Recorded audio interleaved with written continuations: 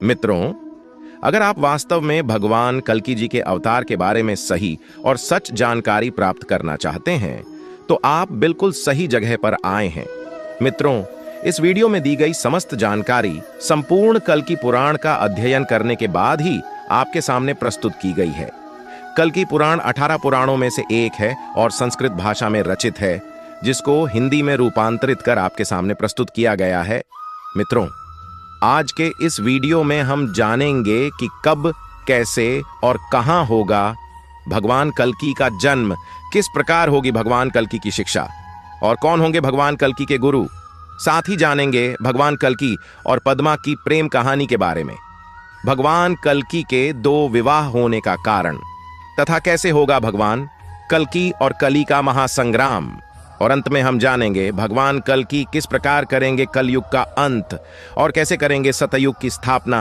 अंतिम क्षण में हम जानेंगे कैसे होगी भगवान कल्कि की मृत्यु। मित्रों, अगर आप ये सारी जानकारी प्राप्त करना चाहते हैं तो वीडियो को अंत तक जरूर देखें, क्योंकि अधूरा ज्ञान किसी काम का नहीं होता और यह जानकारी आपको कहीं नहीं मिलेगी।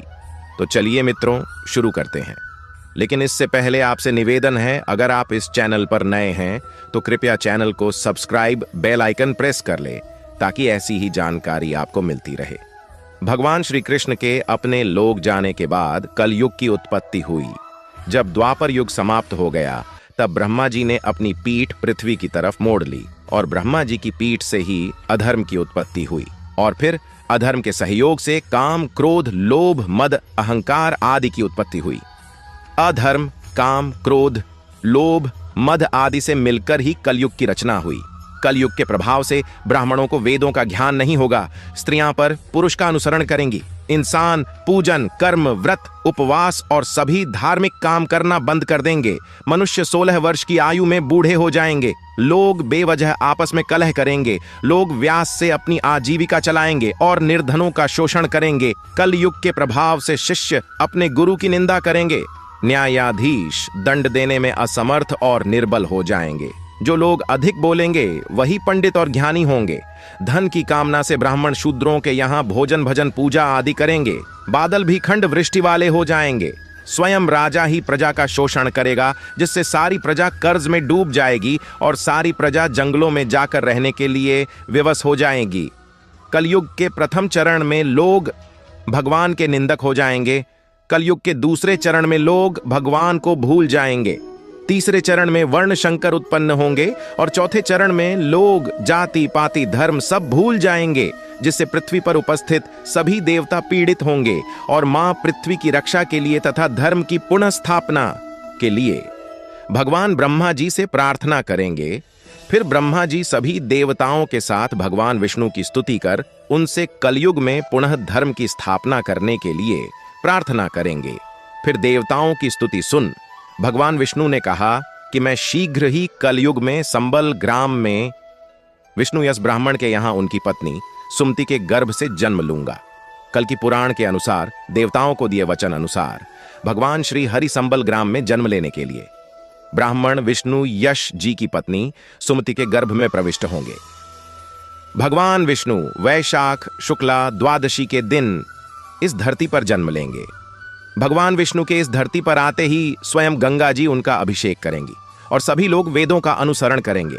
पवित्र हृदय ब्राह्मण विष्णु यस अपने पुत्र के नामकरण के लिए यजु और सामवेदी ब्राह्मणों को आमंत्रित करेंगे।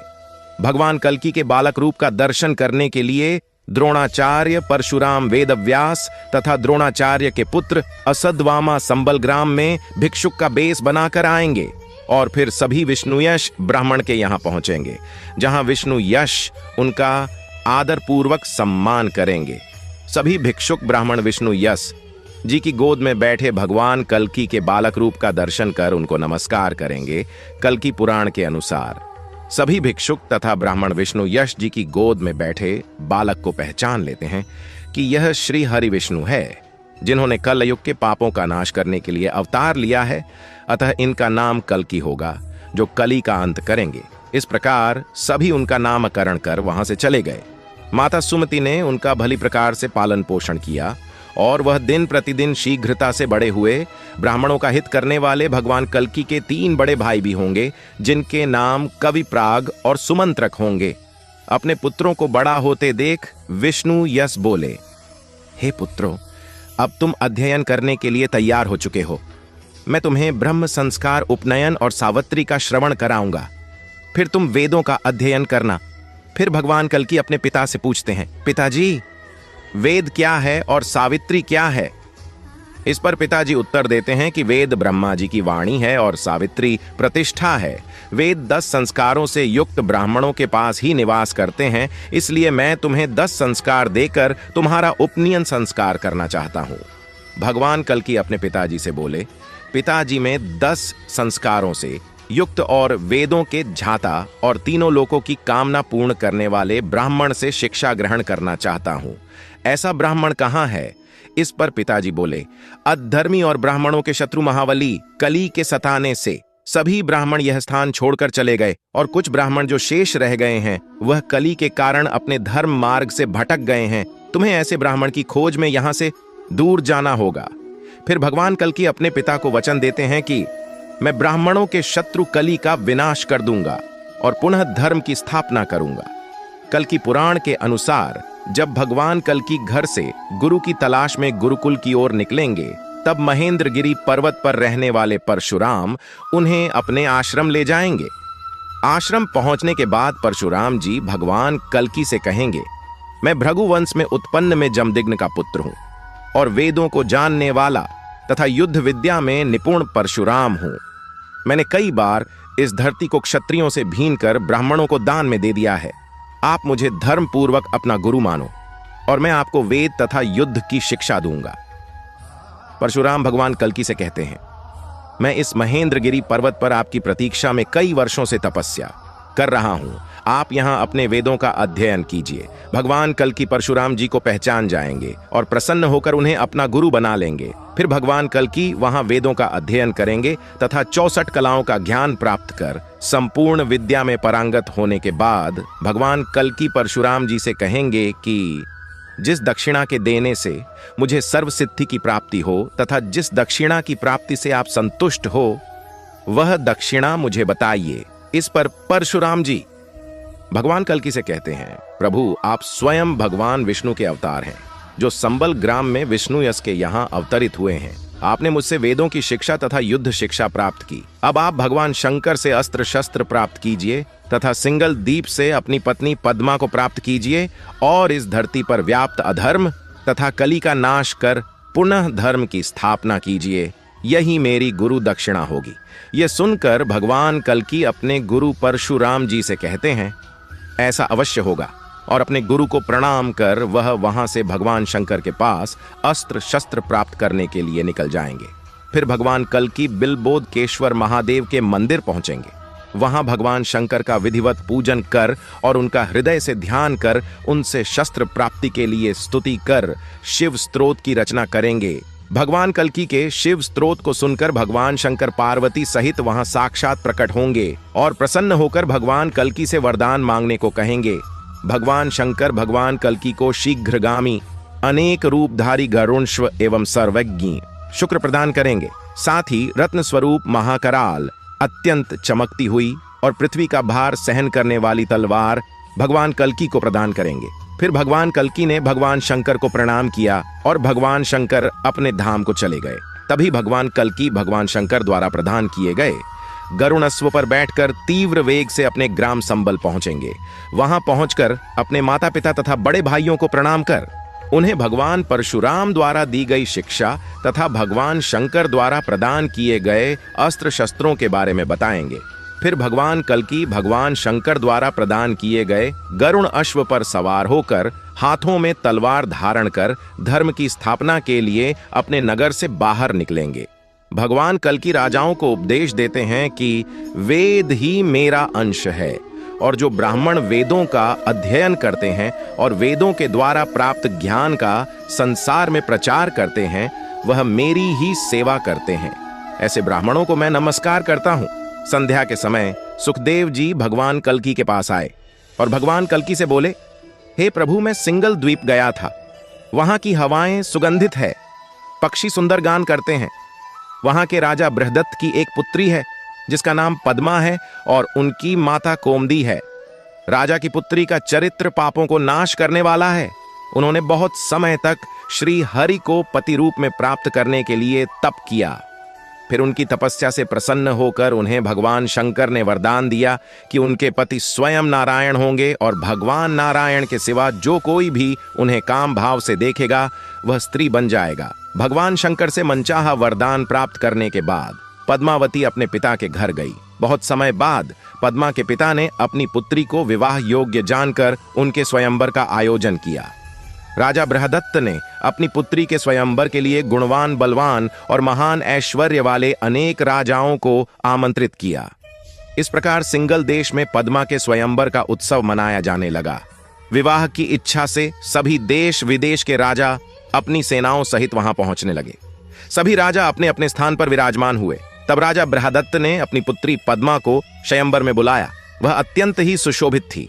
सुखदेव जी भगवान कल्की से कहते हैं कि मैंने स्वयंवर में देखा कि जैसे जैसे रानी पद्मावती आगे बढ़ रही थी, उनके रूप को देखकर सभी राजा मोहित हो गए और उनके मन में रानी को पत्नी रूप में प्राप्त करने की इच्छा जागृत हुई और काम भाव प्रकट हुआ और भगवान शंकर के वरदान अनुसार सभी राजाओं ने स्त्री का रूप धारण कर लिया। जब सभी राजा स्त्री रूप हो गए तो रानी पद्मावती अत्यंत दुखी हो गई और विलाप करती हुई नीचे बैठ गई। वह अपनी सखी से कहने लगी कि है सखी कि भगवान ने मेरे भाग्य में कोई वर नहीं लिखा। मैंने ऐसा कौन सा पाप कर दिया कि भगवान शंकर का वरदान मेरे लिए अभिशाप बन गया। पद्मा भगवान विष्णु का ध्यान करते हुए कहती हैं कि अगर भगवान विष्णु ने मुझे पत्नी रूप में स्वीकार नहीं किया तो मैं देह त्याग दूंगी।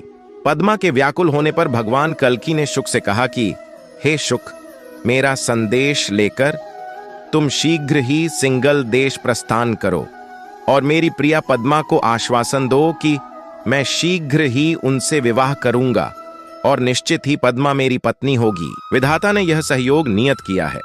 यह संदेश देकर तुम जल्द लौट आना। शुक्र ने भगवान कल्की का संदेश लेकर शीघ्र ही उड़कर संबल ग्राम से सिंगल देश को प्रस्थान किया और रानी पद्मावती के कक्ष के निकट नाग केसर के वृक्ष पर बैठ गया और रानी पद्मा से मनुष्यों की वाणी में बोला, आप चंचल नेत्रों से सुशोभित द्वितीय लक्ष्मी ही प्रतीत हो रही हो। विधाता ने संपूर्ण विश्व का रूप आप ही को दे दिया है। शुक के यह अद्भुत वचन सुनकर पद्मा ने हंसकर कहा, तुम कौन हो और कहां से आए हो? इस पर शुक बोला, मैं सब कुछ जानने वाला तथा सब शास्त्रों का ज्ञानी तोता हूं। मेरा नाम शुक है। शुक रानी पद्मा से बोला, आप इतने बड़े राजा की बेटी हो और इतनी रूपवान हो, फिर भी इतनी व्याकुल और दुखी क्यों प्रतीत हो रही हो? इस पर रानी पद्मावती बोली, उच्च कुल में उत्पन्न होने से ही सब काम सिद्ध नहीं हो जाते। जब विधाता विपरीत हो तो सभी काम निष्फल हो जाते हैं। हे शुक, यदि तुम्हें नहीं पता है तो सुनो। मैंने अपनी बाल और किशोर अवस्था में भगवान शंकर की आराधना की थी। तब भगवान शंकर ने पार्वती सहित मुझे वरदान दिया था कि भगवान नारायण मेरे पति होंगे तथा भगवान नारायण के सिवा जो कोई भी देवता, दानव या मनुष्य मुझे काम भाव से देखेगा वह तुरंत ही स्त्री बन जाएगा। इसके बाद पद्मा ने शुक्र को शिव जी द्वारा बताए गए भगवान विष्णु की पूजन विधि के बारे में बताया। पद्मा शुक से व्याकुल होकर कहती है कि मैं बहुत समय से भगवान नारायण की प्रतीक्षा कर रही हूं। भगवान शंकर का वरदान मेरे लिए अभिशाप बन गया है। तब रानी पद्मा को व्याकुल देख शुक बोला, भगवान लक्ष्मीपति ने धर्म की स्थापना लिए ब्रह्मा जी द्वारा प्रार्थना करने पर संभल ग्राम में विष्णु यश के यहाँ अवतार ले लिया है। वे इस समय धर्म की स्थापना हेतु धर्म का प्रचार कर रहे हैं।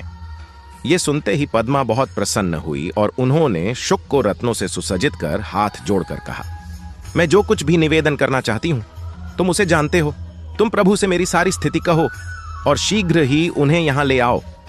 फिर शुक उड़कर संबल ग्राम में भगवान कल्की के पास पहुंचा।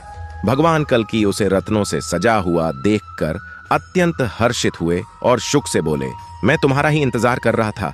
तुम्हें इन रत्नों से सुसज्जित किसने किया? कल्की की यह बात सुनकर शुक ने उन्हें प्रणाम किया और पद्मा द्वारा कही गई पूरी कथा को कह सुनाया। भगवान कल्की ने जैसे ही शुक की बात सुनी वह प्रसन्न हो गए और अपने अश्व पर सवार होकर शीघ्र ही शुक के साथ सिंगल देश को चल दिए। वह सिंगल देश के समीप एक वन में पहुंचे और वहां सरोवर में भगवान कल्की ने स्नान किया तथा शुक शीघ्र ही उड़कर रानी पद्मा के पास गया और उन्हें भगवान कल्की के आगमन की सूचना दी। शुक को देखते ही रानी पद्मा ने शुक से बोला, शुक तुम्हारा स्वागत है, तुम्हारा मंगल हो। मैं तुम्हारे जाने के बाद से ही अत्यंत व्याकुल हो रही हूं। इस पर शुक रानी पद्मा से बोला, अब आपको व्याकुल होने की जरूरत नहीं है। मैं नारायण अवतार भगवान कल्की को आपके देश सिंगल ले आया हूं। मैं उन्हें पास में सरोवर के किनारे छोड़कर आया हूं। यह सुनते ही रानी पद्मावती अत्यंत प्रसन्न हो गई। उनका सारा शोक दूर हो गया और वह अपनी सारी सखियों को लेकर पालकी में सवार होकर भगवान कल्की के दर्शन के लिए शीघ्र ही घर से निकल गई। रानी पद्मा सखियों सहित सरोवर के निकट पहुंची और उन्होंने वहां तेज युक्त भगवान कल्की को सुखपूर्वक सोते हुए देखा। उन्होंने देखा कि नील कमल के समान पीतांबरधारी, कमल जैसे नेत्र वाले विशाल भुजाओं वाले भगवान कल्की शिला पर शयन कर रहे हैं। उस अद्भुत रूप को देखकर पद्मा मोहित हो गई। पद्मा ने शंका के कारण उन्हें जगाना उचित नहीं समझा। उन्हें डर था कि कहीं भगवान शिव के वरदान के कारण भगवान कल्की भी स्त्री ना बन जाए। फिर पद्मा की मन की बात जानकर सब कुछ जानने वाले नारायण अवतार भगवान कल्की उठे। उन्होंने देखा कि लक्ष्मी रूप के समान पद्मा उनके सामने खड़ी है, सखियों सहित खड़ी। पद्मा को देखकर भगवान कल्की ने कहा, हे कांते, तुम मेरे पास आओ। तुम्हारे चंद्रमुख को देखकर मेरा सारा संताप मिट गया। फिर पद्मा ने भगवान कल्की को विष्णु रूप में जानकर उनकी स्तुति की और बोला, प्रभु आपके चरणों की रज पाकर मैं धन्य हो गई। फिर पद्मा भगवान कल्की के चरणों को स्पर्श कर अपने पिता के पास भगवान कल्की के आगमन की सूचना देने के लिए निकल गई। स्वयं नारायण अवतार भगवान कल्की के आगमन की सूचना पाकर पद्मा के पिता अत्यंत हर्षित हुए और उन्होंने भगवान कल्की का विधिपूर्वक पूजन किया। इसके बाद राजा ने अपनी पुत्री पद्मा का विवाह भगवान कल्की के साथ विधिपूर्वक कर दिया और अपनी कन्या का दान भगवान कल्की को कर दिया। फिर भगवान कल्की अपनी प्रिय पत्नी पद्मा को लेकर वहां से सिंगल द्वीप के लिए निकल गए। इस दौरान भगवान कल्की अपनी सेना सहित संबलग्राम में पहुंच गए। भगवान कल्की ने पद्मा के सहित माता पिता के चरणों को स्पर्श किया। माता सुमति अपने पुत्र और पुत्र वधू को देखकर अत्यंत हर्षित हुई। रानी पद्मावती भगवान कल्की को पति रूप में प्राप्त कर अत्यंत ही हर्षित हुई। इसके बाद भगवान कल्की और पद्मा अनेक वर्षों तक संबल ग्राम में रहे।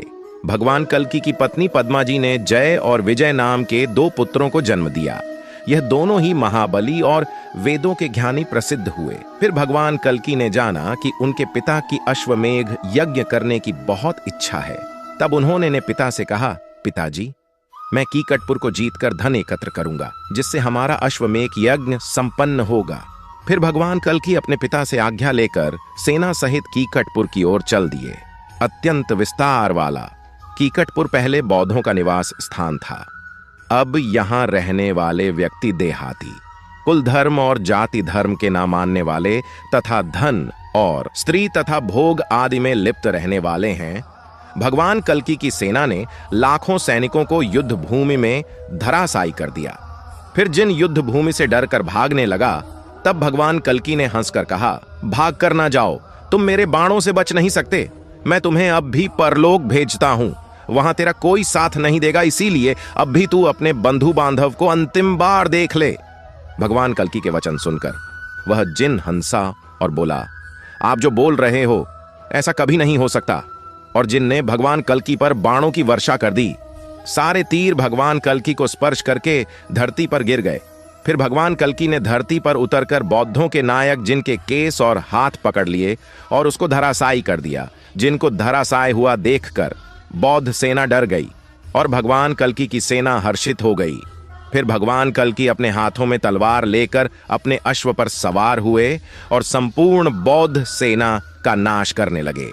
भगवान कल्की का संग्राम देखकर सभी लोग भयभीत हो गए। संपूर्ण रंग भूमि रक्त से सज गई। कीकटपुर की संपूर्ण बौद्ध सेना और म्लेच्छ सेना का नाश हो गया। फिर भगवान कल्की वहां से चक्रतीर्थ पहुंचे। वहां पर स्नान कर कुछ समय के लिए अपनी सेना सहित वहीं पर निवास किया। इसके बाद भगवान कल्की वहां से हरिद्वार चले गए। वहां पर सतयुग तथा धर्म ब्राह्मणों के बेस में भगवान कल्की के दर्शन करने आए। तब भगवान कल्की ने उनसे पूछा, आप कौन हो? तब उन्होंने कहा, हे प्रभु, हम आप ही के द्वारा उत्पन्न सतयुग और धर्म है। इस समय सक कंबोज सवर कलयुग के निवासी हैं।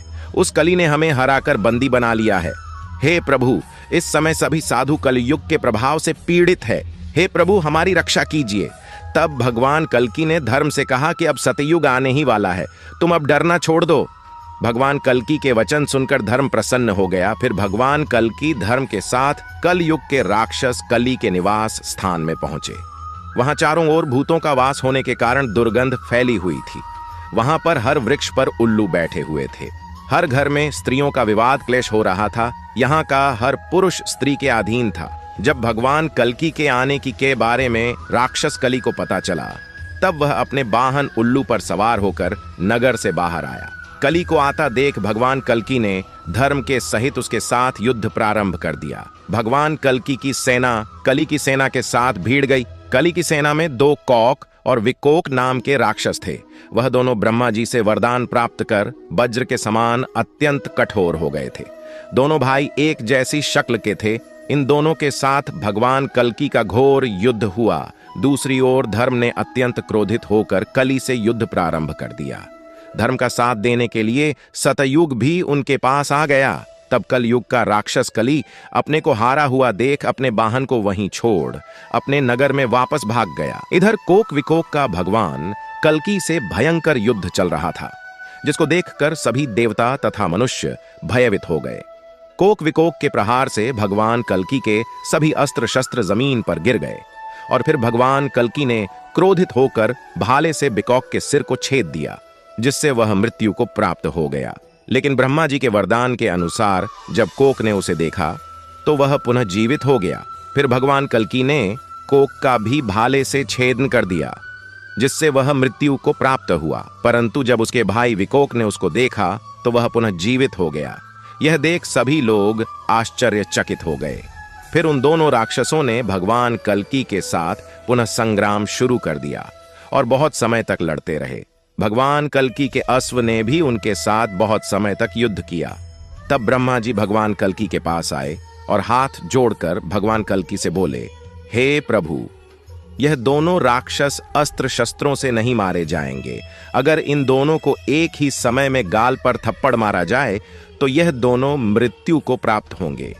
ब्रह्मा जी की बात सुनकर भगवान कल्की ने दोनों राक्षसों के बीच में पहुंचकर भगवान कल्की ने अपने दोनों हाथों से वज्र के समान दोनों के गालों पर प्रहार किया, जिससे उनके मस्तक चूर चूर हो गए और दोनों राक्षस मृत्यु को प्राप्त हुए। उधर भगवान कल्की की सेना कली की सेना का श्रृंगार कर रही थी और भगवान कल्की की सेना ने कली के सभी सैनिकों का संहार कर दिया। वहीं धर्म सतयुग को साथ लेकर राक्षस कली की राजधानी में प्रविष्ट हुए। वहां धर्म ने अपने अग्निबाण से कली के संपूर्ण नगर को जला दिया, जिसमें कली की पत्नी भी जलकर मरण अवस्था को प्राप्त हुई। फिर वह कली रोता हुआ अदृश्य रूप से अन्य वर्ष में प्रवेश कर गया। इस प्रकार कली यह युग छोड़कर भाग गया। जब भगवान कल्की कली तथा कोक विकोक पर विजय प्राप्त कर लेंगे, तब वे वहां से अपने अश्व पर सवार होकर और अपने हाथों में तलवार लिए अपनी सेना सहित भल्लाट नगर में पहुंचेंगे। भल्लाट नगर के राजा शशिध्वज भगवान कृष्ण और विष्णु के परम भक्त थे। जब उन्हें भगवान कल्की के अपने नगर में आने की सूचना मिली, तब उन्होंने भगवान कल्की को साक्षात नारायण अवतार जानकर प्रणाम किया और अपनी सेना को लेकर युद्ध के लिए घर से निकलने लगे। तब राजा स्वशिध्वज की पत्नी सुशांता, जो भगवान विष्णुव्रत परायण थी, उन्होंने जब अपने पति को भगवान कल्की से युद्ध के लिए जाते हुए देखा, तब वह कहने लगी, हे स्वामी, कल्की जी तो साक्षात भगवान विष्णु के अवतार हैं, आप उन पर प्रहार कैसे करेंगे? इस पर राजा बोले, हे प्रिय, ब्रह्मा जी ने क्षत्रियों के लिए जो धर्म निश्चित किया है उसका पालन करना चाहिए। रणभूमि में चाहे सामने स्वयं नारायण ही क्यों ना हो, उन पर भी वार करना चाहिए। राजा शशिध्वज ने जब युद्ध क्षेत्र में भगवान कल्की को देखा, तब राजा भगवान कल्की के रूप को हृदय में धारण कर उनसे बोले, हे प्रभु, आइए मेरे हृदय पर प्रहार कीजिए। अगर आप मेरे बाणों से बचना चाहते हैं तो मेरे हृदय पर वार कीजिए। राजा भगवान कल्की के साथ युद्ध करने के लिए आगे बढ़े और भगवान कल्की पर प्रहार करने लगे।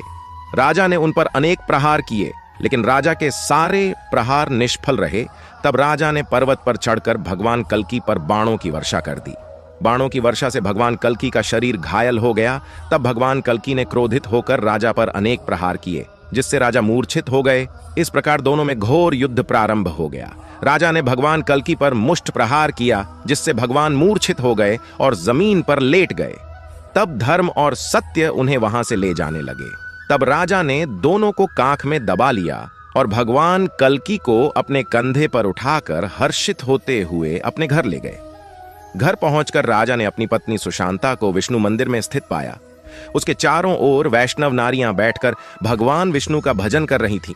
वह अपनी पत्नी से बोला, हे प्रिय, देवताओं की प्रार्थना पर जो भगवान संबल ग्राम में अवतरित हुए हैं, वह भगवान कल्की मूर्छित होने का बहाना करके आज हमारे घर पधारे हैं। तुम धर्म तथा सतयुग के सहित इनका विधि पूर्वक पूजन करो। यह सुनकर राजा की पत्नी अत्यंत प्रसन्न हुई। राजा की पत्नी ने अनेक प्रकार से भगवान कल्की का पूजन अर्चन किया और भगवान कल्की से बोली, हे प्रभु, अपनी मूर्छा त्याग कर हमें दर्शन दो। हे प्रभु, आपके द्वारा ही समस्त जल, पृथ्वी, अग्नि, वायु का निर्माण हुआ है। आप चराचर जगत के स्वामी हैं। हे प्रभु, हमसे कोई गलती हुई हो तो हमें क्षमा करें। और अनेक प्रकार से भगवान कल्की की प्रार्थना सुशांता द्वारा की गई। विनय पूर्वक प्रार्थना को सुनकर भगवान कल्की उठे और उन्होंने अपने सामने रानी तथा साथ में सत्य और धर्म को देखा। उन्होंने देखा कि राजा शशिध्वज उनके पीछे खड़े हैं। तब भगवान कल्की सुशांता से बोले, तुम कौन हो और ये बलवान राजा मेरे पीछे क्यों खड़े हैं? भगवान कल्की ने धर्म तथा सतयुग से कहा, हम युद्ध भूमि को छोड़कर यहां कैसे पहुंच गए? भगवान कल्की ने कहा, जब मैं मूर्छित हो गया तब राजा शशिध्वज ने मेरा वध क्यों नहीं किया? तब रानी भगवान कल्की से बोली, मेरे पति यदि आपके प्रति शत्रु भाव रखकर आपसे युद्ध करते तो क्या वह आपको अपने घर इस प्रकार ला पाते? प्रभु, मेरे पति आपके दास हैं, इसलिए मैं आपकी दासी हूं। इस प्रकार आप प्रसन्न होकर स्वयं यहां पधारे हैं। इस पर भगवान कल्की राजा से बोले, हे राजन, आपने मुझे सभी प्रकार से जीत लिया है। आपकी क्या इच्छा है? तब राजा ने अपनी पत्नी सुशांता की प्रेरणा से अपनी पुत्री रमा का विवाह भगवान कल्की से कर दिया। कल्की पुराण के अनुसार जब भगवान कल्की अपनी पत्नी रमा जी और पद्मा जी के सहित संबल ग्राम में रह रहे थे, तो एक दिन परशुराम जी महेंद्रगिरी पर्वत के शिखर से उतरकर भगवान कल्की जी के दर्शन करने संबल ग्राम पहुंचे। उन्हें देखते ही पद्मा और रमा जी सहित भगवान कल्की जी ने उनका विधि विधान सहित हर्षित मन से पूजन किया। उन्हें अनेक तरह के भोजन करवाकर सुंदर शैया पर शयन कराया। जिस समय परशुराम जी विश्राम कर रहे थे, उस समय कल्की जी ने उनके चरण दाबते हुए विनय पूर्वक उनसे कहा, आपकी कृपा से मेरे धर्म, अर्थ और काम इन तीनों वर्गों की सिद्धि हो चुकी है। इस समय राजा शशिध्वज की पुत्री रमा आपसे एक निवेदन करना चाहती है, उसे सुनने की कृपा करें। पति के वचन सुनकर हर्षित मन से भगवान कल्की की पत्नी रमा जी ने परशुराम जी से प्रश्न किया कि ऐसा कौन सा जप, व्रत या नियम है जिसके करने से मुझे पुत्र की प्राप्ति हो? फिर परशुराम जी ने रमा जी को रुक्मिणी व्रत करने का उपदेश दिया। इसके बाद परशुराम जी वहां से चले गए। रुक्मिणी व्रत को करने से कुछ समय पश्चात भगवान कल्की जी की पत्नी रमा जी ने पुत्र को जन्म दिया। फिर भगवान कल्की सुखपूर्वक संबल ग्राम में निवास करने लगे। एक दिन सब देवता ब्रह्मा जी के साथ विमान पर चढ़कर भगवान कल्की जी के दर्शन करने आए और उन्होंने संबल ग्राम में पहुंचकर भगवान कल्की की स्तुति की। देवताओं ने भगवान कल्की से कहा, हे प्रभु, हम सब विपत्ति में पड़े हुए हैं और अपने पुत्र नारी के सहित आपके शरण में आए हैं। हे प्रभु, हम पर प्रसन्न होकर हमारी रक्षा कीजिए। देवताओं ने कहा, हे नाथ, अब यह भूमि सत्य और धर्म पूर्वक शासित है। यदि आपकी हम पर कृपा है तो इसे त्याग कर अपने बैकुंठ धाम के लिए प्रस्थान कीजिए। देवताओं के इन वचन को सुनकर भगवान कल्की जी अत्यंत प्रसन्न हुए और वह अपने सभी अंशों सहित वैकुंठ गमन की इच्छा करने लगे। तब उन्होंने अपने पुत्रों को बुलाकर तुरंत ही उनका राज्य अभिषेक कर दिया। इसके बाद उन्होंने संपूर्ण प्रजा को बुलाकर अपना वृतांत कहते हुए उन्हें सूचित कर दिया कि अब वह देवताओं के अनुरोध पर वैकुंठ धाम के लिए जाना चाहते हैं। यह सुनकर संपूर्ण प्रजा अत्यंत दुखी हो गई। सभी प्रजा उनसे कहने लगी, हे नाथ, आप सभी धर्मों के जानने वाले हैं। हे नाथ, हम भी आपके साथ चलेंगे। प्रजा के वचन सुनकर भगवान कल्कि ने उनको ज्ञान उपदेश देकर समझाया और स्वयं वन की ओर चल दिए। चलते हुए भगवान कल्कि गंगा जल से संपन्न देवताओं और मुनियों के हृदय को आनंद देने वाले हिमालय पर्वत पर पहुंचकर देवताओं के मध्य विराजमान हुए और वहां भगवान कल्कि अपना चतुर्भुज विष्णु स्वरूप धारण करके अपने रूप का स्मरण करने लगे।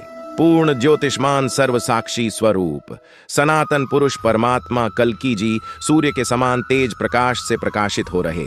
विभिन्न अलंकारों से युक्त वे स्वयं भी अलंकार के समान प्रकाशित हो रहे थे। शंख, गदा और धनुष उनके हाथों में सुशोभित है।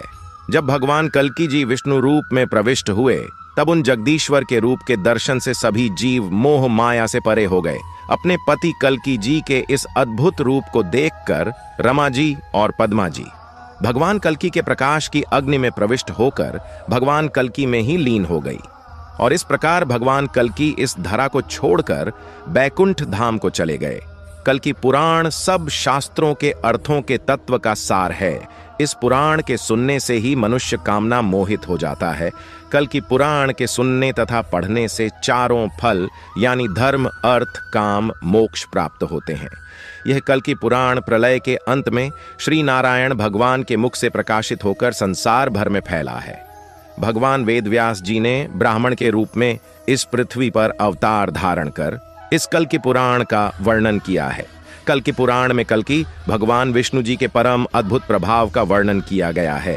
जो लोग सज्जनों की संगति में, आश्रमों में, पुण्य क्षेत्रों में भगवान विष्णु के भाव में डूबकर सब पुराणों के सार इस शुद्ध कल्कि पुराण का कीर्तन करेंगे या इसे सुनेंगे, उत्तम पुरुषों की मुक्ति अवश्य होगी। इस कल्कि पुराण को विधि पूर्वक सुनने से ब्राह्मण वेदों के ज्ञान में पारंगत होंगे, क्षत्रिय राजा बनेंगे, वैश्य धनवान होंगे तथा शूद्र महान बनेंगे। कल्कि पुराण के पढ़ने से और सुनने से पुत्र की प्राप्ति चाहने वाले को पुत्र, धन चाहने वाले को धन, विद्या चाहने वाले को विद्या मिलती है। अगर जानकारी अच्छी लगी हो दोस्तों तो कृपया वीडियो को लाइक कर चैनल को सब्सक्राइब करें, साथ ही बेल आइकन प्रेस करें ताकि ऐसी ही जानकारी आपको मिलती रहे। धन्यवाद।